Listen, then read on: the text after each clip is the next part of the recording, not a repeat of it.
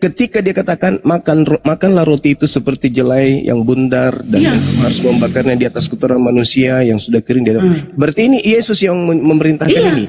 Iya. Yesus juga yang memerintahkan bunuhlah seluruh makhluk. Jangan kau biarkan apapun yang bernapas. Berarti Yesus itu. Iya, berarti Yesus yang bicara. Berarti Yesus ini dari dulu mengajarkan membunuh terus. Iya, karena penyembah-penyembah Hubal yang mengelilingi Hubal harus dibunuh katanya Bang Juma. Baik teman-teman. Jadi menurut Bu Darni yang memerintahkan membunuh, bersundal itu adalah Yesus. Bersundal mana ada disuruh? Di mana ayatnya disuruh bersundal? Di Hosea, di Hezkel. Itu semua perintah-perintah yang ada. Itu kan. Perintah membunuh. Nggak ngerti bilangan 31 nomor 17, bunuhlah semua perempuan yang tidak perawan. Iya. Tetapi anak bayi yang masih perawan ambillah untukmu. Berarti Yesus itu yang memerintahkan. Iya, di perjanjian lama kan Yesus ini kan hakikatnya kan Elohim Bang Juma. Iya. Oke teman-teman Kristen. Yesus Bang Juma tunggu. Dengarkan teman-teman Kristen. Jadi menurut Ibu Darni, saudari kita ini yang mengajarkan pembunuhan. Jangan kau biarkan apapun yang bernapas, bunuhlah itu adalah Yesus. Mengelilingi Hubal. Memang harus dibunuh. Namanya juga teman-teman. Elohim itu memang gak suka melihat orang.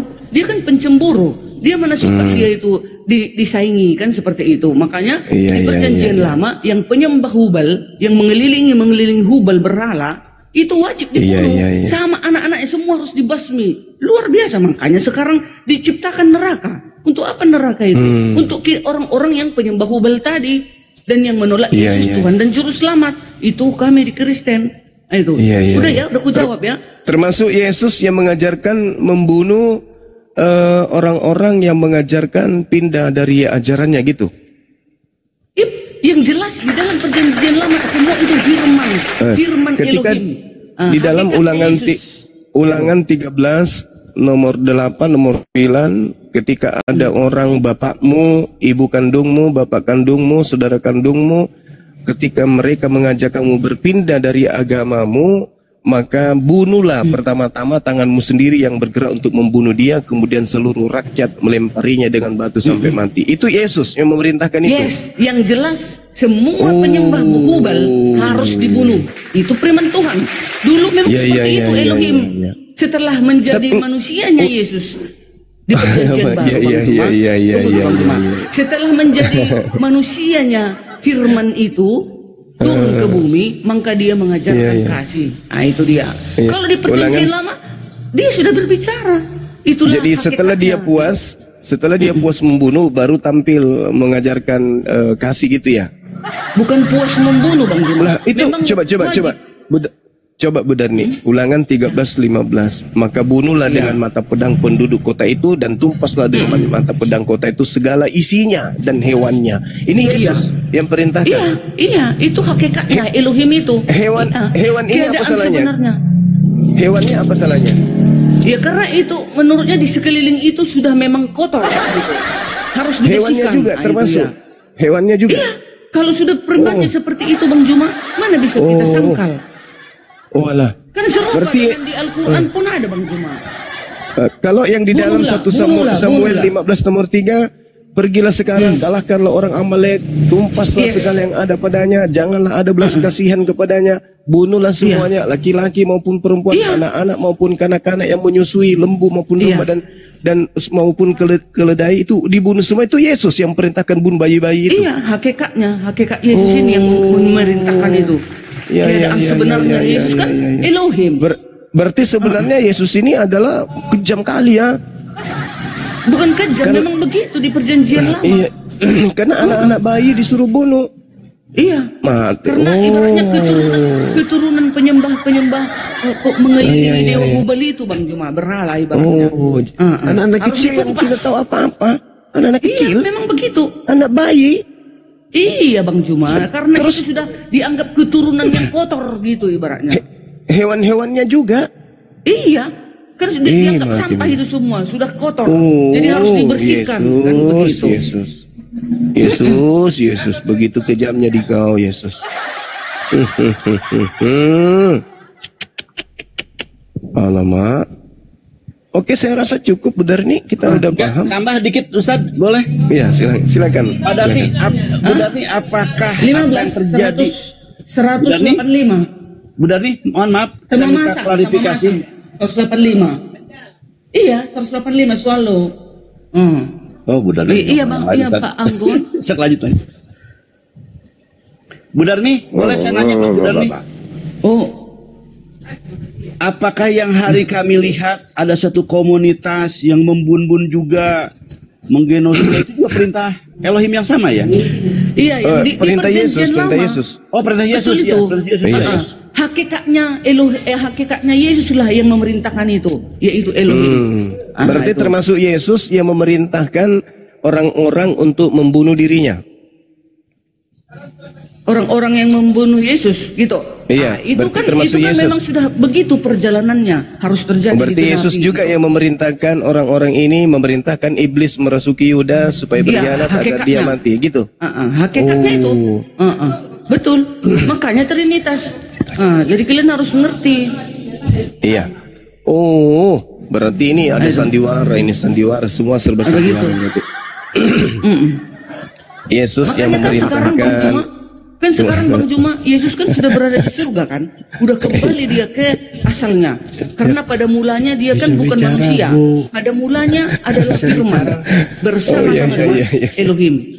Kalau berarti Yesus yang menyuruh setan merasuki Yudas, ya semua serba Yesus lah intinya.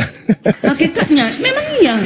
Yesus ini kan hakikatnya Bang Juma. Hakikatnya Yesus ini kan bukan manusia biasa di bumi, Bang Juma. Hakikat sebenarnya adalah Elohim. Makanya dia tidak berada di bumi. Sekarang kan dia berada di surga, berkuasa. Matius 28 ayat 18. Berarti Matius 4 yang disebutkan lalu Yesus dibawa oleh roh untuk dicobai iblis di padang gurun. Berarti roh ini adalah Yesus itu sendiri. Iya, Matius 4 itu kan iblis mencobai kemanusiaannya. Iya, sebelum dicobai oleh iblis, Yesus dibawa oleh roh. Roh ini siapa? Iya, roh jahat kan? Iya. Berarti Yesus dibawa oleh roh jahat untuk dicobai oleh dan itu semua atas perintah kan Yesus sendiri. Manusia Bang Juma, dia dicobai gitu. Tapi dan itu semua atas perintah Yesus sendiri. Iya, hakikatnya itulah itu semua itu. Jadi pantaslah ketika Bang Suma mengatakan bahwa iblis adalah pahlawan untuk mengeksekusi Yesus dan dihadiahkan kepada Ibu Darni dan kawan-kawan. Lah iyalah, karena dia ternyata melakukan aksi-aksi itu karena perintah Yesus. Yesus yang memerintahkan. Tadi katanya Yesus. Harus digenapi gitu, harus dijalankan. Ya, iya, harus digenapi apa yang dia sendiri firmankan. Berarti dia sendiri yang mengatur. Dia yang mengatur iblisnya, dia mengatur pengkhianatnya, dia mengatur semuanya semua dia. Berarti ini hanya sandiwara Yesus saja ternyata, teman-teman. Kan gini Bang Juma, di perjanjian iya. Elohim itu kan penebus. Gimana dia caranya menebus manusia itu? Dia harus turun dong ke bumi. Iya, tapi kan dia sendiri yang bikin ulah. Dia sendiri yang bikin ulah, dia sendiri yang bunuh diri. Gimana ceritanya? Kan begini Bang Juma. Karena kan manusia ini kan sudah berbuat jahat. Semua yang ada itu kan Tuhan sendiri yang mengaturnya. Tuhan sendiri, Yesus sendiri yang membuatnya. Segala sesuatu diciptakan oleh Yesus di dalam Yohanes 1 nomor 3 katanya. Berarti Yesus yang menciptakan iblis, Yesus yang menciptakan kejahatan, Yesus yang mengatur itu semua. Berarti Yesus ini kurang kerjaan. Dia suruh iblis kemudian melakukan sesuatu yang buruk, lalu dia sendiri yang mengutuknya. Habis itu dia sendiri yang turun menjadi manusia lalu menebus lagi kutukan itu. Ini tebus kutukan itu. Namanya ini? Iya, memang begitu dia. Itulah hebatnya Tuhan kami itu. Dia menebus kami, mengasihi kami. Akbar. Bagaimana mengasihi? Dia yang membuat kejahatan. Dia sendiri yang menghancurkan kejahatan itu. Dia sendiri turun membunuh dirinya sendiri. Gimana ceritanya? Alamak, istirahat dulu Bu Darni, istirahat. Nah itu jadi jangan tadi Bang Juma bilang Pak Bom mencret untuk menjawab itu. Aduh, kecil kali rasanya menjawab itu. Buktinya dia lari. Sekelas Bu Darni. Dan belum tentu juga Pak Bombo mau mengakui kalau yang mengutus iblis, yang menyuruh iblis, yang mengatur siasat, yang membuat kejahatan itu adalah Yesus. Belum tentu. Cuma Budarni ini saja yang mengakui bahwa yang mengatur semuanya kejahatan itu adalah Yesus. Yang memerintahkan membunuh orang Amalek sampai hewan-hewannya, anak bayi adalah Yesus. Hanya Budarni. Tapi Paulus, Pak Bombo manusia tanpa anus ini belum tentu mau mengakui, kan begitu. Bukan kecil rasanya menjawab itu, Bang Juma. Aku aja sekelas Diarni yang tak ada sekolah. Karena Anda menganggap Yesus itu adalah Tuhannya Yahudi. Memang. Kalau Anda menganggap Yesus itu, kalau Anda menganggap seekor ayam itu adalah Tuhannya Yahudi, maka ayam pun akan Anda dudukkan di situ. Jangan samakan dengan seekor. Salah, Bang Juma. Sekarang masalahnya adalah Yesus itu berada di surga, Bang Juma. Sekarang masalah orang Yahudi, Bang Juma. Di dalam sekarang masalahnya bukan di situ. Menunggu-nunggu kedatangan Tuhan, Bang Juma. Masalahnya bukan di situ. Masalahnya adalah Kristen ini agama pagan yang menganggap Yesus Tuhannya adalah Tuhannya Yahudi. Itu masalahnya. Kalau pagan, Bang Juma, Tuhannya itu tak bergerak, Bang Juma. Kalau pagan itu patung dibentuk di paha, diletakkan di tengah kota, lalu disujuti, disembah. Yang dikatakan, itu pagan, Bang Juma. Kalau itu Anda sebut pagan, kalau Anda sebut itu pagan, lalu bagaimana dengan nabi-nabi terdahulu, Yakub sujud menghadap kepada batu? Itu sudah ajaran para nabi. Lah, bagaimana mereka sujud kepada Elohim yang di surga? Waduh. Mana di mana coba ada sujud mereka? Oke, ketika dikatakan batu penjuru, di dalam Alkitab banyak dalil yang mengatakan itu. Misalnya di Kejadian 24 jelas ada di sana.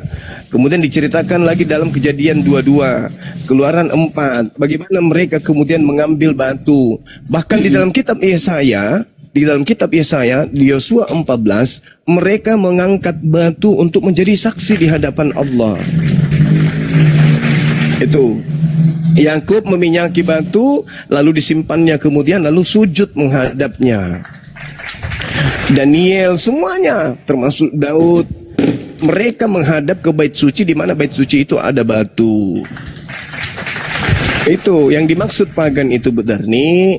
Dewa turun ke bumi menjadi manusia seperti Krishna, Atis, Zeus, Kristus, Horus. Itu pagan itu.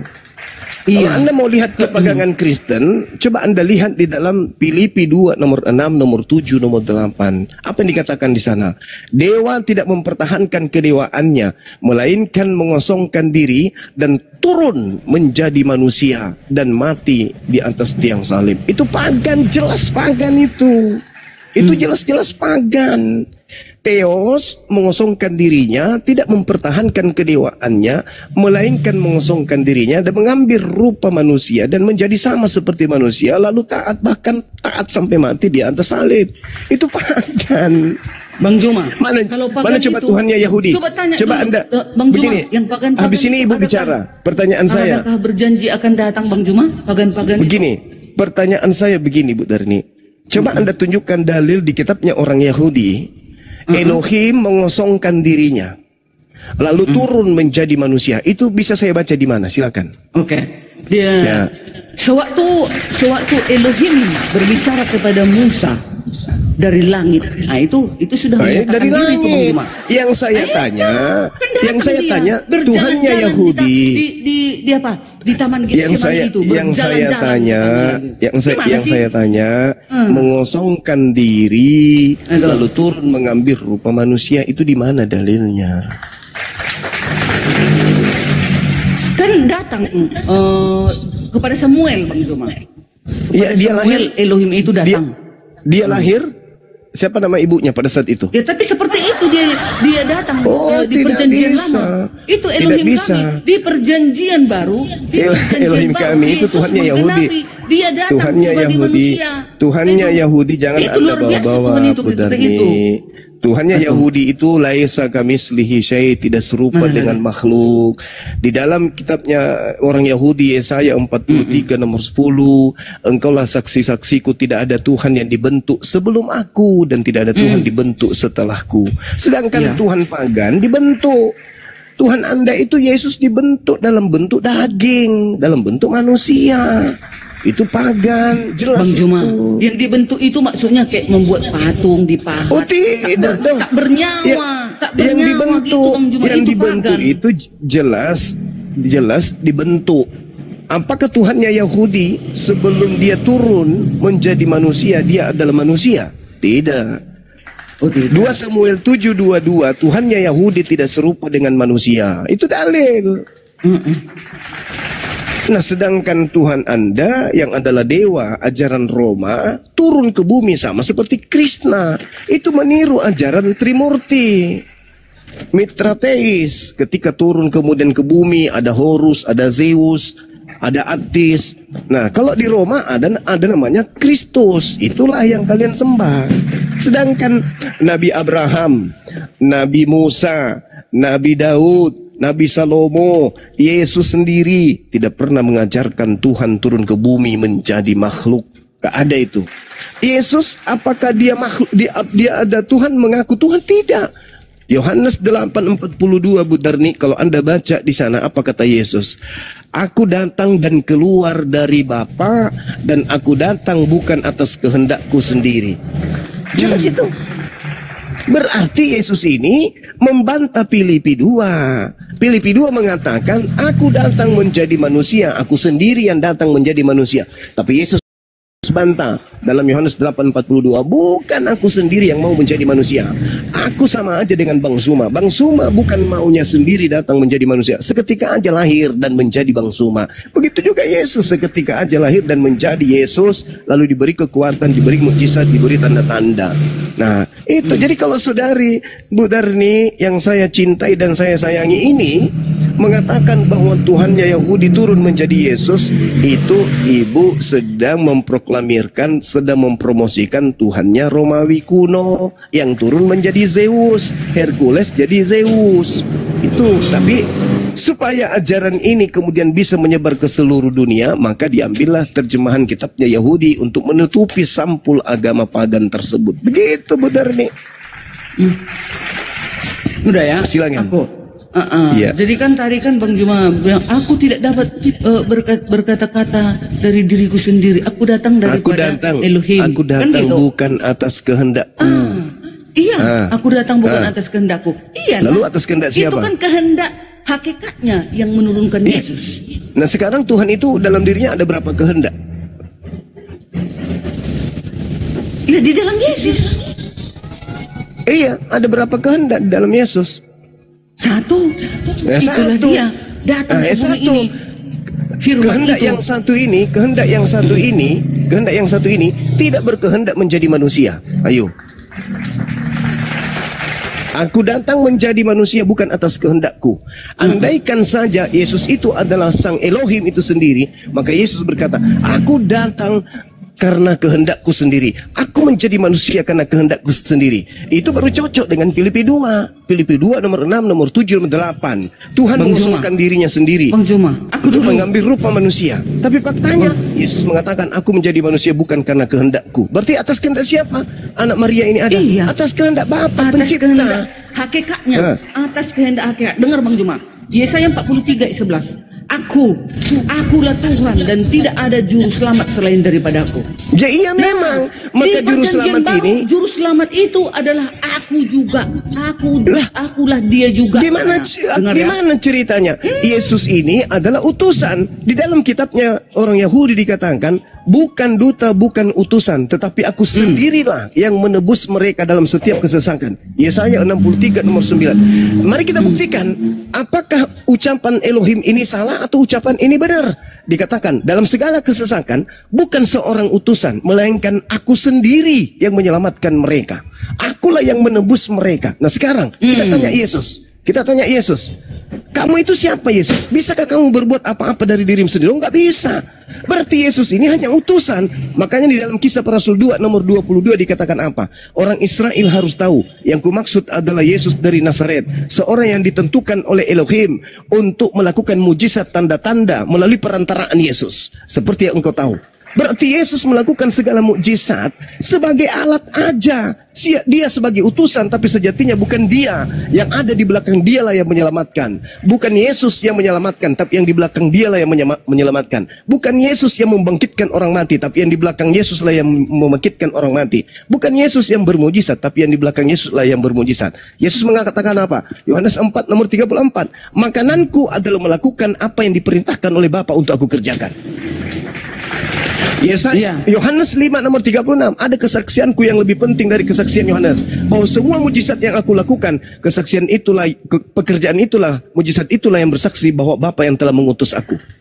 Berarti benar Yesaya 63 nomor 9. Bukan utusan, tapi aku sendiri. Cuman karena Tuhan itu bukan makhluk, dia kemudian terbatas, tidak bisa masuk ke bumi. Kenapa? Kalau bumi ini Tuhan turun, hancur lebur bumi ini. Maka dia melalui utusannya. Hei Yesus, aku serahkan kuasaku kepadamu.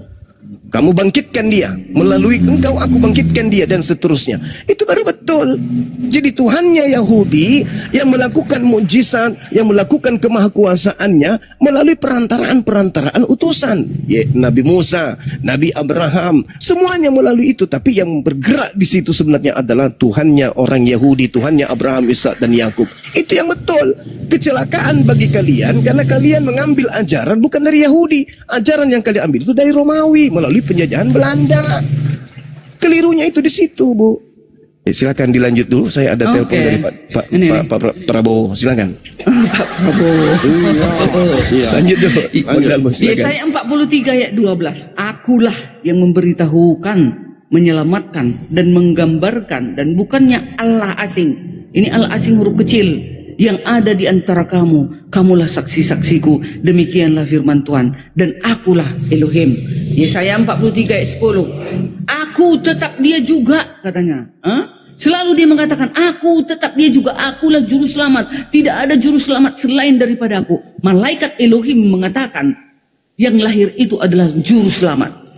Yohanes Pembaptis mengatakan, inilah anak domba Elohim yang menghapus dosa manusia. Mana ada utusan para nabi yang bisa menghapus dosa manusia. Bu Darmi, saya minta host saya turunkan, naikkan Pak ini 3 moneter itu, monetary. Billy, Bang Billy. Ya, jangan dulu Bang Billy. Ini antara Islam dan Kristen lah dulu. Si Billy itu pun udah Yahudi. Masa mau kalian bawa 3 agama di sini? Masuk dia. Enggak. Turunin saya. Saya turun aja, saya turun. Bayangkan ini, Wahyu 22 ayat 16. Aku Yesus telah mengutus malaikat-malaikatku untuk memberi kesaksian tentang semuanya ini kepadamu bagi jemaat. Aku adalah Tunas, yaitu keturunan Daud, bintang timur yang gilang gemilang. Masa Nabi mempunyai malaikat? Bisa rupanya Nabi mengutus malaikat-malaikat? Nggak bisa. Bu Darni. Kenapa bisa Yesus mengutus malaikat-malaikat? Karena dia penguasa itu. Itu. Mau kalian ragukan? Silakan. Biar aja nanti kedatangannya yang kedua kali, lutut Bang Juma pasti bergetar. Aku mau ingin melihat para apologetis wajah-wajahnya kedatangan Tuhan Yesus. Tunggu dulu Bu Darmi, karena ini director. Anda Kristen? Islam. Nah, itu Islam. Orang bicara Islam. Bang, didengarkan ya. Apalagi ada gurunda. Abang dari tadi saya turunkan dulu ya. Itu. Jadi Yesus mengutus malaikat. Lalu ketika malaikat memberikan kekuatan, memberikan kekuatan, kenapa bisa dia ketakutan? Bukannya dia adalah Tuhan? Iya, itu kan sebagai manusia di bumi, keadaan sebagai manusia merendahkan diri sebagai manusia. Tunggu dulu Kadarni. Di sini kan Kadarni mengatakan Yesus mengutus malaikat. Nah, ketika dia berdoa, maka ketika dia diberikan kekuatan oleh malaikat, ia sangat ketakutan dan makin sungguh-sungguh berdoa.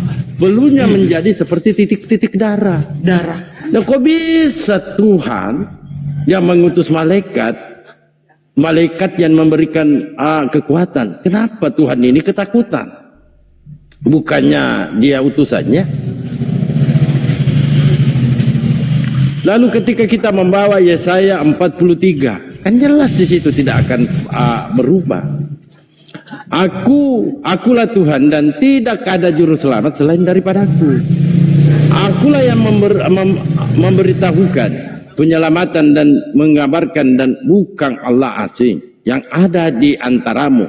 Kamulah saksi-saksiku, demikianlah firman Tuhan, dan akulah Allah. Ini Yesaya yang gak pernah berubah. Jadi aku tetap dia, dan tidak ada yang dapat melepaskan diri dari tanganku. Aku melakukannya, siapa yang dapat mencegahnya? Nah pertanyaannya, ketika Yesus mengutus malaikat, kenapa dia ketakutan kepada malaikat? Jawab Bang Dalbo. Yesus berdoa dan merasa ketakutan karena ia adalah manusia seutuhnya di bumi, yang mengalami ketakutan dan pergumulan seperti yang dialami manusia yang lain. Doanya adalah wujud dari ketundukan dan kepercayaan kepada Elohim, kepada hakikatnya, serta untuk menunjukkan kepada murid-muridnya bagaimana cara berdoa. Itulah kenapa Yesus ketakutan dalam keadaan sebagai manusia. Namanya juga turun ke bumi sebagai manusia. Nah itu kalian aja bertobat kalian guys, bertobat. Dengar, Yesus sebagai manusia, meskipun Yesus adalah Tuhan, ia juga mengambil rupa manusia dan mengalami semua yang dirasakan manusia, termasuk rasa takut dan kecemasan. Luar biasa Tuhan kami itu. Datang dia menjumpai penciptaannya. Itu baru paten. Bukan nggak nongol-nongol penciptaannya. Udah turun aku mau masak. Udah yang pertanyaan Bang Juma. Tanya ini Kristen Bang Dalbo, tapi dia bertobat sekarang. Tidak apa Bang Arif? Bertanya nih. Gini, Kadarmi sebelum turun. Kira-kira ketika Tuhan menjadi manusia, apa manfaat dan tujuannya terhadap peradaban manusia? Ini Tuhan menjadi manusia. Nah seharusnya Bani Israel menuhankan Yesus karena ini Tuhan jadi manusia. Di tempat asalnya jangankan jadi Tuhan, Mesias saja tertolak. Nah coba manfaatnya jadi manusia, Tuhan ini jadi manusia apa? Manfaatnya dan tujuannya terhadap peradaban manusia. Gini, Yesus itu sewaktu dia berdoa merasa ketakutan, kan dia datang ke bumi ini untuk misi penyelamatan. Ada tujuannya datang, bukan mau berpesta pora dia turun ke bumi, tidak. Seharusnya dia berada di kerajaannya. Bayangkan itu di kerajaannya itu di surga sana, lantainya emas, berdindingkan semua segala permata yaspis lah, apalah yang terdapat di Wahyu 21. Bagaimana gambaran surga itu? Bayangkan itu seorang penguasa turun dia ke bumi. Manfaatnya Kadarmi. Manfaatnya untuk keselamatan dunia, untuk keselamatan manusia yang percaya akan dia. Itu gunanya, bukan kaleng-kaleng. Jadi kalian teman-teman Muslim, tunggu dulu. Sebentar, kan kalian tanya apa manfaatnya? Jangan dipotong. Jadi kapan aku menyelesaikan tugasku gitu? Jadi itu manfaatnya ya, untuk menebus manusia itu dari dia menyelamatkan manusia. Iya Kadarmi, dia kan menyelamatkan, misinya menyelamatkan manusia. Masuk akal nggak? Dia mau menyelamatkan manusia, Tuhannya yang metong. Sang penyelamat ini yang disiksa, sang penyelamat ini yang dimatikan. Oh iya boleh. Di perjanjian lama, kenapa setiap berdosa orang harus mengorbankan kurban? Setiap berdosa potong kurban lalu dibawa ke bait suci, darahnya dipercik-percikan, begitu seterusnya. Kalau sampai sekarang habislah ternak-ternak yang ada di dalam kandang-kandang itu, tak cukup untuk mengorbankan binatang untuk menghapus dosa. Setiap pribadi sudah tak sanggup lagi binatang itu untuk kita potongi. Habis, sudah kosong peternakan seluruh umat manusia. Makanya tidak guna lagi kurban-kurban itu. Katanya kurban-kurban sajianmu itu aku tidak perlu lagi, katanya. Jadi Yesus menggenapi di perjanjian baru. Itulah darahnya yang selamat suci. Pagi, salam Pak Billy. Boker Tov, salam alaikum ya teman-teman. Iya. Silakan Bang. Ya, aku jadi dulu teruskan dulu, masa gantung aku. Jadi ikan aja di laut nggak habis-habis loh. Ikan nggak pernah habis, ikan asin, ikan teri nggak habis. Tiap hari diambilin ya. Nah, berhubungan dengan korban. Tapi sekali bertelur banyak, Billy. Ribuan telurnya, Billy. Kalau hewan kan telurnya paling berapa? Manusia miliar-miliar, nggak sanggup. Kuasa Tuhan. Ya, jadi kembali lagi ke Yesaya 63 tadi, kita lihat secara tekstual. Aku turunlah, mau masak aku ya guys. Udah mau kemana dulu? Ya. Turun aku dulu. Sabar dulu 2 menit. Aduh. Tar dulu Yesaya 63 tadi ya, ayat 9. Bisa dibesarkan host biar ada edukasi ya. Ayat 9. Siap. Oke, waduh nggak kelihatan nih. Ya, bekol saratam lo sar. Jadi di dalam kesukarannya dia juga merasakan ikut menderita. Lo sar, lalu satu malaikat dari hadapan Tuhan dikirim. Jadi ini terjemahannya. In their troubles, di dalam kesulitannya dia juga merasakan kesulitannya, yaitu Tuhan. And so kemudian satu malaikat dari hadapan Tuhan menyelamatkan mereka. Jadi bukan Tuhan yang turun, benar kata Akhi Zuma tadi, melainkan dia mengirim malaikatnya untuk melaksanakan tugas-tugasnya ya.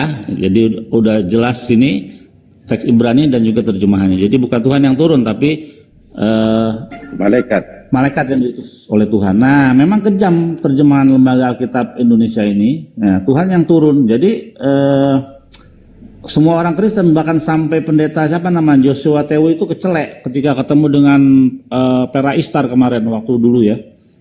Dikasih teks ini, dia kaget dan akhirnya dia izin pulang gitu. Karena terguncang. Nih kita lihat. Kalau dalam Alkitab mereka nih Yesaya 63 ayat 9. Nah, dalam segala kesesakan mereka bukan seorang duta atau utusan, melainkan ia sendiri yang menyelamatkan mereka. Waduh. Justru utusan ini yang dikirim oleh Tuhan untuk menyelamatkan Bani Israel gitu. Ini benar-benar pemutarbalikan fakta. Ini mendukung ajaran Tuhan itu turun ke dunia untuk mengorbankan dirinya. Ini mendukung karena jadi doktrin dibuat, terjemahan diselewengkan, jadi bisa masuk begitu. Lanjut.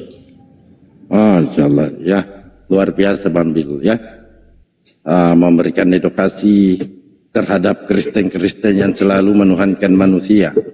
Coba Kristen yang di bawah yang mau naik ketik 3, karena banyak sekali permintaan yang Islam ditahan-tahan dulu ya. Karena walaupun Anda naik, tidak mungkin kita mau bersama-sama berdiskusi ya. Yang ngoten aja dulu yang naik. Pak Sai, selamat pagi. Pagi. Kristen Bang ya. Sebenarnya silakan, sih itu, tapi udah bukan agama lagi buat saya. Mantap. Bukan agama lagi buat saya. Ya, itu proses Pak, proses keluar dari yang bukan ajaran yang benar, proses. Ya, karena ngaco semua sih. Kalau saya udah baca Bible tuh nggak masuk akal semua tuh. Kira-kira yang tidak masuk akalnya di mana, Pak? Karena ini bahaya ini Kristen ini. Jadi gini, terakhir saya ibadah minggu, saya tanya pendeta bahwa ada kalimat Tuhan tidak bisa digambarkan dan Tuhan itu nggak bisa diserupakan dengan apapun. Jawabannya itu nggak masuk akal saya dan nggak sesuai di Bible juga, Bang. Karena di Bible itu Yesus itu nggak pernah mengaku dia Tuhan. Dan ketika saya tanya gambar di gereja itu, mereka bilang itu Yesus. Yesus siapa? Tuhan. Cukup imani, nggak perlu banyak tanya. Jadi untuk apa saya punya akal kuliah? Jadi nggak mikir gitu. Agak lain. Makanya saya udah nggak mau menyebut itu.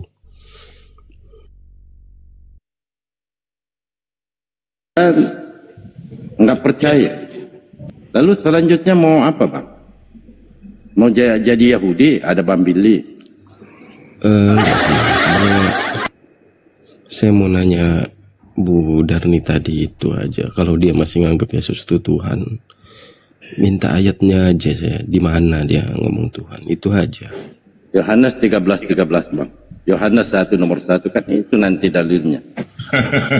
Yohanes 1 ayat 1. Itu salah itu, Pak. Bunyinya nggak begitu harusnya, Pak. Oh, bunyinya gimana, Bang? Ini lupa. Harusnya baru itu tahu aku ini, Bang. Bunyinya itu harusnya yang benar itu, pada mulanya Allah berfirman, Pak. Oh, pada mulanya ada yang berkata-kata begitu. Oh, iya. Iya. Bukan pada mulanya firman jadi manusia, bukan. Jadi yang benar nih, Pak. Soalnya ini benar itu. Inilah dalil yang paling istimewa di kekristenan, Bang. Enggak, makanya mereka itu kena doktrin dari surat-surat Paulus itu, Pak. Oh, artinya saya kan tertuduh tadi, Abang. Saya tadi tertuduh oleh si Bom mengatakan saya penghujat karena saya membuat satu tema Paulus merubah ajaran Yesus. Benar nggak tema saya ini menghujat, Bang? Benar, karena kontradiksi itu surat Paulus semua selama. Jadi saya menghujat, Yesus, Bang? Harusnya enggak, karena saya enggak setuju sama Paulus juga. Oh, enggak setuju sama Paulus, Bang. Bahaya ini barang. Ya, buktikan aja. Silakan, Bang, lanjutkan. Di mana surat-surat Paulus itu yang ada korelasinya sama ayat-ayat yang dibawa Yesus pada saat pengajaran. Ada korelasinya nggak pernah ada itu, belum ada saya temuin satu pun. Contoh kayak hukum Taurat, Paulus bilang membatalkan, sedangkan Yesus bilang nggak bisa dibatalkan. Dia ini orang biasa, tapi bisa buat ayat yang melebihi Yesus. Abangku, Anda Kristen dulu pada saat aktif. Biasanya gerejanya di mana? Karena banyak tuduhan ini. Ya, saya Herman juga di sini, abangku. Nah, ketika ada orang yang jujur dikatakan nyamar sebagai Islam yang nyamar. Kok bisa, Bang? Saya di HKBP sama di NDC. Nah, itu dicatat ya, Kristen di bawah dicatat ya. Kenapa sih kalian ini kalau ada yang jujur dikatakan Islam? Apakah Islam itu memang jujur ya? Masalahnya abang ini jujur dia. Iya benar. Naikin tuh ada yang ketik 3 tadi di bawah. Privat akunnya, baru enggak multi dia. Ya silakan teman-teman Kristen yang mau naik ketik 3. Lanjut ya, Bang. Ini ada fitnahan lagi nih. Abang ini nyamar-nyamar. Padahal Islam itu sendiri. Ya biarin aja, Pak. Nggak masalah. Kalau sekarang sih saya percaya Yesus itu utusan. Tuhannya itu ya Tuhan Ibrahim sama Musa. Udah itu aja. Enggak takut, Bang, didatangi Yesus melalui mimpi? Yesus yang melalui mimpi itu bohong, Pak. Oh, ya benar lah, Pak. Masalahnya banyak sekali kesaksian ini, Pak. Bahkan ada kesaksian yang ngaku-ngaku anak kiai, ngaku-ngaku guru ngaji. Begitu dia katanya bersemedi malam-malam. Sejak kapan salat itu dikatakan semedi? Semedi tengah malam, tiba-tiba ada Yesus terbang di dinding, di langit-langit kamar. Yang Padahal saya tahu, sejauh yang ini, saya tahu, Pak. setahu saya tidak ada umat Islam, apalagi ini kelas anak kiai loh, mengatakan sholat itu lagi bersemedi malam.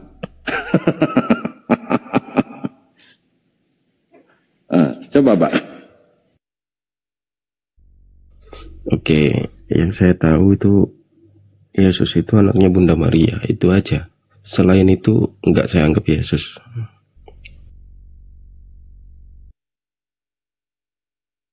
Oh, jadi kalau mereka mau mungkin ini Pak Bang Sul ini kan beliau mualaf nih, mungkin bisa komunikasi dengan noten satu ini Pak Sul. Beliau ini apa ya, sudah tidak yakin lagi Kristen. Siapa tahu abang ini jarang baca Bible atau gimana? Silakan Bang Bil kalau mau bicara Bang Bil. Saya ada Bible, saya bisa tunjukin Bible.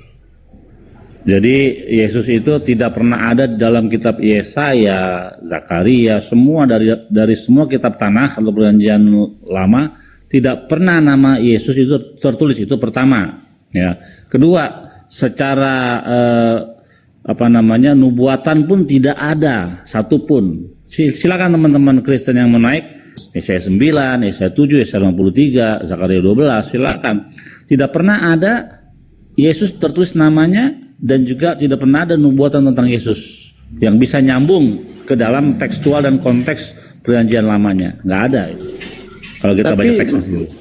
Tapi mereka mengatakan Yesaya 9:5-6 itu nubuatan Yesus, Bang Bil. Ya kan kita udah bisa lihat di situ. Kilet tanu bintan lanu. Seorang anak telah diberikan bagi kita, seorang putra telah diberikan bagi kita. Artinya telah ada anak itu ketika Yesaya itu berbicara. Nah itu skakster. Nah ada cara Kristen untuk menuju kepada future tense atau pola yang masa depan. Mereka ganti will be born. Ada di dalam versi NIV itu versinya, Alkitab NIV. A son will be born. Nah kalau itu benar, kalau teksnya begitu. Tapi kan teksnya seorang anak has been born, telah lahir bagi kita dalam bentuk past tense. Sudah ada anaknya ketika Yesaya berfirman gitu. Itu problemnya mereka. Nah kedua, Yesus tidak pernah mempunyai 4 gelar itu. Afiat, ya, penasihat ajaib, El Gibor, Allah yang perkasa, Afiat, Allah yang Bapa yang kekal, dan juga Shalom, Pangeran kedamaian. Yesus tidak pernah dalam perjanjian baru memiliki 4 gelar itu, sama sekali nggak ada. Itu adalah yang bergelar El Gibor, itu adalah Sang Mencipta langit dan bumi, Tuhan itu sendiri.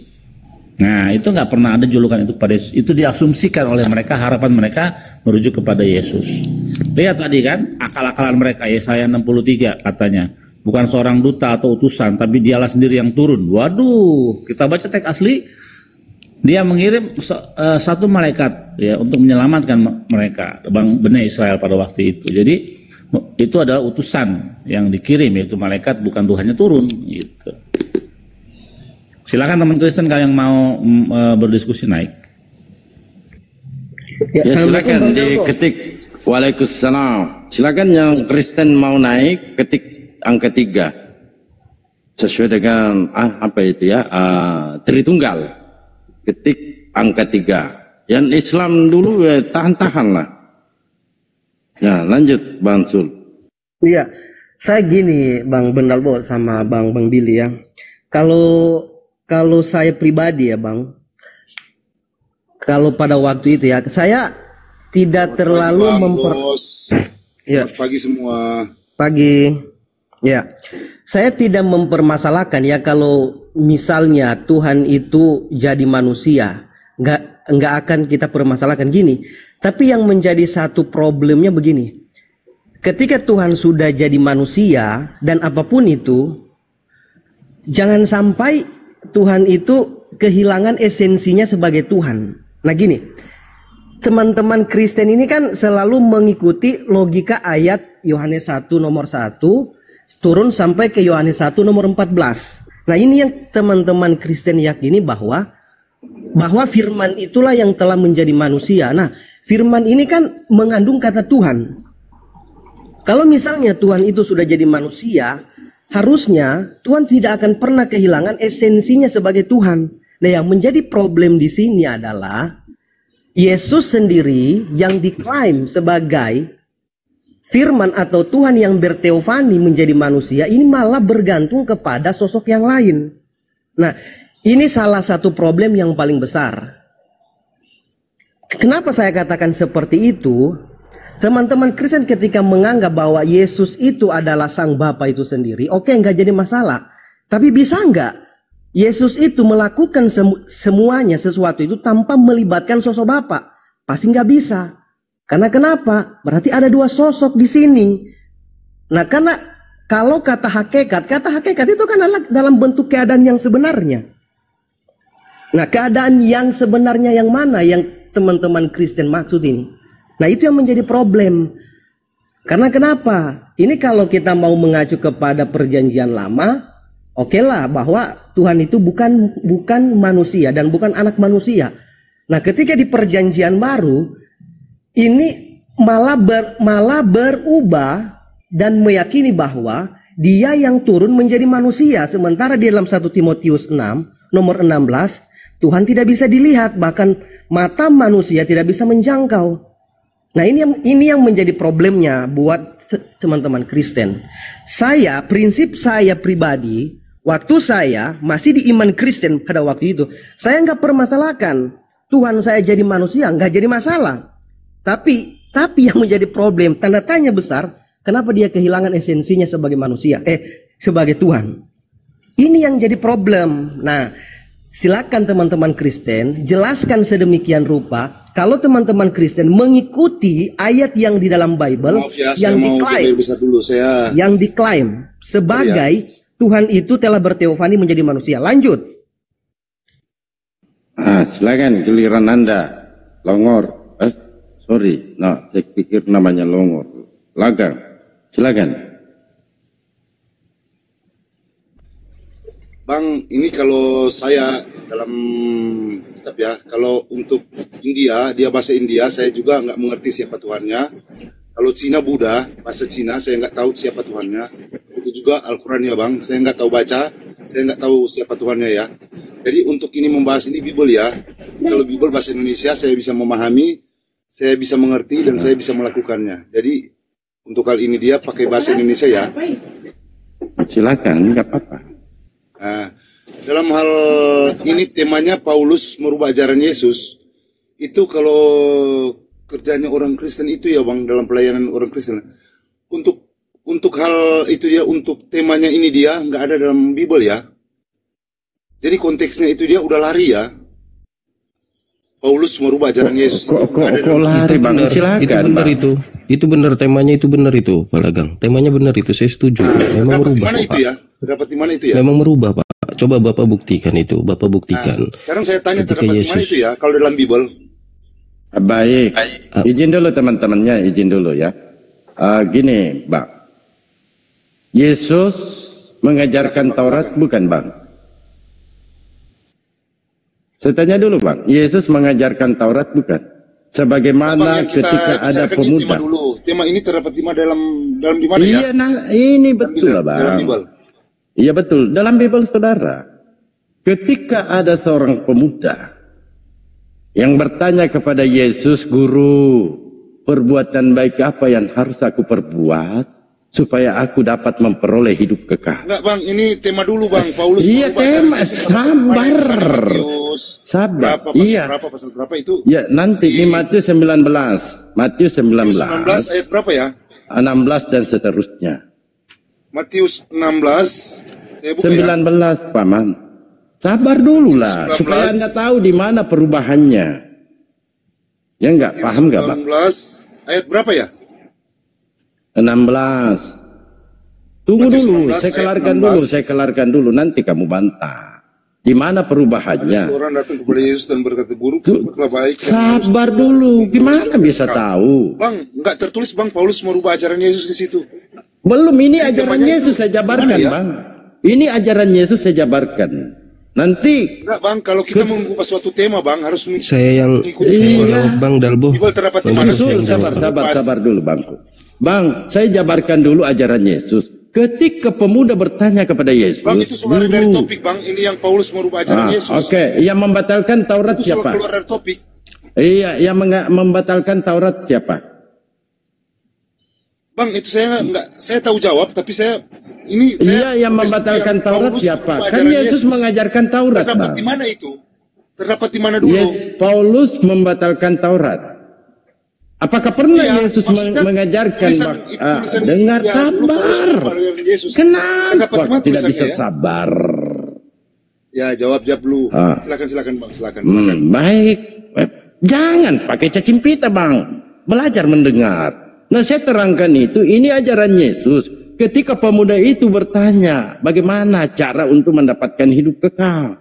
Maka Yesus menjabarkan Taurat. Turutilah segala perintah Allah. Itu jawaban Yesus. Matius 19 tadi itu. Apa perintah Allah? Jangan membunuh, jangan berzina, jangan mengucapkan saksi dusta. Semua ini tercatat dalam Taurat. Maka Yesus mengatakan, di dalam Matius dicatat banyak, jangan emosi, Bang. Yesus mengatakan dalam Matius 5:17, janganlah kamu menyangka bahwa aku datang untuk menegakkan hukum Taurat atau kitab para nabi. Aku datang bukan untuk menegakkannya, melainkan untuk menggenapinya. Baru begitu pun juga di Lukas 16:17, lebih mudah langit dan bumi lenyap daripada satu titik dari hukum Taurat batal. Ini perkataan Yesus. Nah, tiba-tiba Paulus menyatakan, ini harus Anda tanggung jawabnya, ya.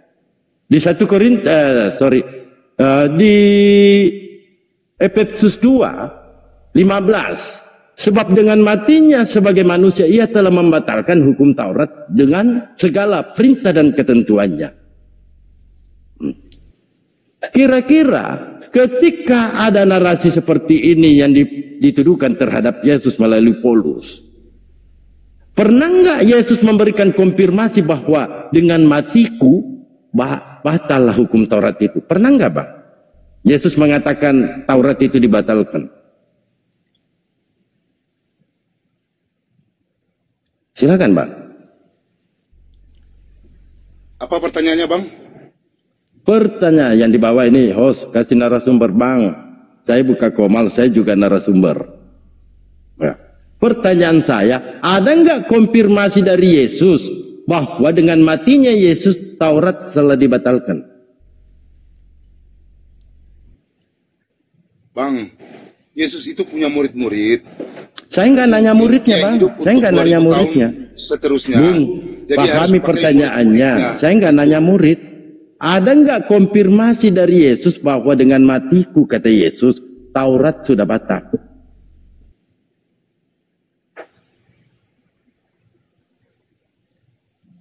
Silakan, Bang. Saya kasih dalil. Efesus 2:15. Kalau dalam konteks Alkitab itu nggak ada. Kalau tidak ada, siapa yang mengajari Paulus ini untuk membatalkan hukum Tuhan? Ya, dirinya sendiri yang mengajarkannya itu, Bang. Yes, Paulus sendiri kan? Sama enggak? Sama betul, enggak? Paulus sendiri. Sama enggak dengan narasi Yesus bahwa Yesus mengatakan, aku datang untuk menggenapi. Satu iota atau satu titik pun tidak akan pernah ditadakan dari hukum Taurat sebelum bumi hancur. Itu benar kata Yesus, ya. Itu benar kata Yesus. Lalu Paulus siapa yang mengajari? Dengan matinya sebagai manusia ia telah membatalkan hukum Taurat dengan segala perintah dan ketentuannya. Itu dari Paulus sendiri, Bang. Bertentangan nggak ajaran Yesus dengan Paulus? Kalau bertentangan, Simba, kalau kita pelayan Kristen, ya, itu saya nggak nanya pelayan Kristen, Bang. Sebab dia hanya murid. Jadi saya nggak tanya pelayan Kristen. Punya akal sendiri mereka yang diberkati Tuhan. Jadi apapun yang mereka katakan dalam surat-surat itu dia. Jawabannya. Lanjut, Mama. Coba pasai. Jawabannya saya udah pernah tanya itu. Jawabannya begini, Pak Lagang. Jawabannya itu tidak perlu kau banyak pertanyaan tentang iman, cukup yakini aja. Ya, saya nggak bertanya tentang iman. Udah, cukup yakini aja. Bapak yakin aja itu Paulus ngajarin itu, Pak. Saya sih nggak yakin lagi, Pak. Ya terserahlah, kalau abang nggak yakin seperti itu dia. Kalau kita di umat Kristen itu percaya Bible. Jadi cara hidup saja orang Kristen itu yang mempunyai tema seperti ini. Paulus merubah ajaran Yesus itu nggak terdapat dalam Bible, bang. Bible yang asli itu. Kenapa ini harus nggak ada diangkat? tulisannya Paulus, Pak. Bible itu nggak ada aslinya, itu tulisan Paulus itu, Pak. Tulisan Paulus itu nambah-nambah aja itu, Pak. Kalau Paulus sama Raja Daud itu satu pengajaran nggak? Gimana bang pertanyaannya? Kalau Paulus dan Raja Daud itu satu pengajaran enggak? Paulus sama Raja itu beda bang. Kita di kitab ini dua. Perjanjian lama itu dibicarakan tentang daging yang akan dilahirkan. Nubuatnya itu tentang daging yang akan dilahirkan. Sedangkan perjanjian baru yang diajarkan dalam Injil ini dia tentang hati. Ya, maksudnya soal Taurat. Apakah Daud dan Paulus itu satu pemahaman soal Taurat? Beda bang, beda. Beda, oke, betul. Kalau Daud dalam Mazmur bicarakan tentang tradisi, cara menyembah Allah itu gimana. Sedangkan Paulus itu dia untuk mengajarkan untuk percaya kepada Yesus. Ya, coba Ngana buka Ibrani 7 ayat 9 ayat 7 sampai 9 ayat 7 19 coba. Ibrani 7 ayat 19. Ibrani 7 ayat 19. Ya, saya cari ya. Ibrani 7 ayat 19. Coba Ngana, ini menurut Paulus ya. Nanti kita lihat menurut Raja Daud bagaimana. Coba. Ibrani 7 ayat 19. Ibrani 7 ayat 19.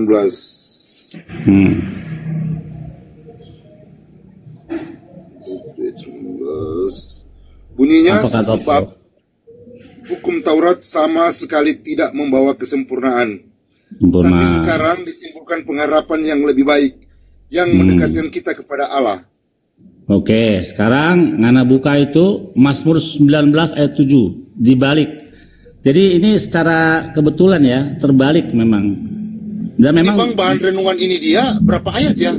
Jadi kalau untuk membawa renungan ini bang, coba dulu baca dulu. Ayat itu, ayat ini, renungannya nggak bisa terima, nggak bisa menyatu bang. Ngana baca dulu makanya. Apa kata Raja Daud soal Taurat? Coba. Di Mazmur ya, kalau 19 ayat 7. Tadi Paulus bilang tidak membawa kesempurnaan Taurat. Daud bilang apa? Mazmur berapa bang? 19 ayat 7. 19 ayat 7. Mazmur 19 ayat 7. Dari ujung langit ia terbit, dan ia beredar sampai ke ujung yang lain. Tidak ada yang terlindung dari panas sinarnya. Bukan itu. Maksudnya apa ini bang? Kalau coba baca yang benar. 19 ayat 7. Ayat 7. Mazmur 19 ayat 7 bunyinya, dari ujung langit ia terbit, dan ia beredar sampai ke ujung yang lain. Tidak ada yang terlindung dari panas sinarnya. Coba ayat 18, ayat 18. Jadi apa maksudnya ini bang? Ayat 18 toh itu. Coba. Kalau LAI, kalau TB itu 19 ayat 7. Coba ayat 8-nya. Tadi Ibrani 7 dikatakan, ya. Taurat Tuhan itu sempurna. Sempurna. Yang bilang nggak sempurna tadi siapa? Paulus. Ya. Jadi berbeda antara Paulus dengan Raja Daud dan juga Yesus. Lanjut, Bang Dalbo. Makanya itu dia bang, kalau dalam ayat Mazmur ini dia, Tuhan Yesus itu belum lahir. Betul. Jadi mereka diajarkan tradisi semua bang. Gimana itu? Bagus. Sabar, benar-benar. Saya suka pernyataan Anda. Pada zaman Mazmur ini Tuhan Yesus belum lahir. Betul, karena Tuhanmu baru lahir abad pertama, betul? Setuju. Betul. Tuhan dilahirkan. Saya setuju. Berarti Tuhanmu new God on the block. Ya, Tuhan yang baru ada abad pertama, betul? Betul bang, betul. Betul, berarti dia bukan Bener pencipta kan? alam semesta sejak awal, betul? Benar itu, benar. Betul, mantap. Berarti Yesus bukan pencipta langit bumi sejak awal, dia baru ada setelah abad pertama. Thank you. Ya, betul itu. Jadi nggak salah kan? Kalau Tuhan kita itu Tuhannya Ibrahim sama Musa.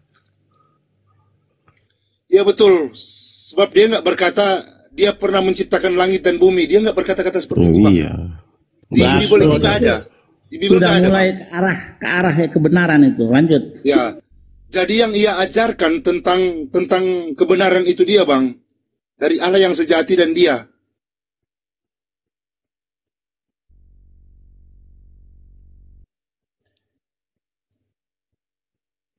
Halo? Jadi kalau kamu sesat, Bang, kamu nggak bisa memahami isi Alkitab itu. Kalau kamu sesat. Iya kan, kalau kamu Saya sudah memahami.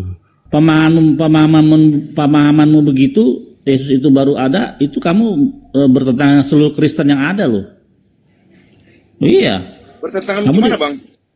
Iya, kalau menurut orang Kristen yang lain, yang mayoritas Yesus itu sudah ada sejak awal. Mana sih? Baru kamu nih Kristen bilang Yesus itu baru ada abad pertama. Jadi saya ini dia, lahir dari Kristen, ajaran kebenaran itu dari Bible. Kristen apa Ngana? Kristen apa? Saya Kristen yang sejati, Bang, lahir dari Kristen. Jadi Ya, belajar kebenaran dari Bible. Jadi Ya, kalau apa dia punya? dalam Sidangnya sidang apa, denominasi apa? jadi saya nggak dapat kebenaran dari situ. Jadi kayak, maaf Bang, saya nggak menyinggung. Kayak Al-Quran kan saya nggak tahu baca. Jadi saya kebenarannya itu saya nggak dapat dari situ. Itu aja. Tapi kan Ngana tahu ada 6.000 bahasa Indonesia, saya bisa memahami, saya bisa melakukan. Tapi Jadi ada saya 6.000. kebenaran dari situ, Bang. Tapi ada 6.500 kesalahan. Sudah diakui oleh Lembaga Alkitab Indonesia ada 6.500 kesalahan. Bagaimana pendapat Ngana soal itu? Nah, Bang, saya ini dia baru Abang yang mengatakan dari lembaga itu ada kesalahan dalam 16.000 atau 6.000 ya? 6.500 kesalahan. 6.500 kesalahan di situ ya. Itu lembaga Alkitab itu dia ya, yang mereka katakan itu saya baru dengar sama Abang. Wih, banyak di TikTok sudah berkeliaran. Coba cari Bang, di TikTok itu saya sudah bermain TikTok ini 4 tahun yang lalu. Di Google coba. Di Google ada, Bang. Videonya, Di Google ada, Bang. Videonya udah viral kok. Pendetanya mengakui itu, Di Google ada ada, 500 kesalahan. Jadi ini dia, kalau dalam Bible kurang ini jauh Abang, dia mainnya, kurang jauh. penyelidikan tentang Bible ini dia, Abang itu dia termasuk dalam ahli-ahli Taurat yang telah dikecam oleh Yesus. Ya itu kan menurut kitab kamu. Kamu Jadi sesat, Bang. Ya, kamu lebih sesat lagi. Yesus baru ada abad pertama katanya. Nah, Abang kan nggak tahu tentang kebenarannya, Bang. Tahu dong nih. Itu yang diajarkan Yesus. Kamu ya itu sesat. makanya tadi kan sudah dijelaskan.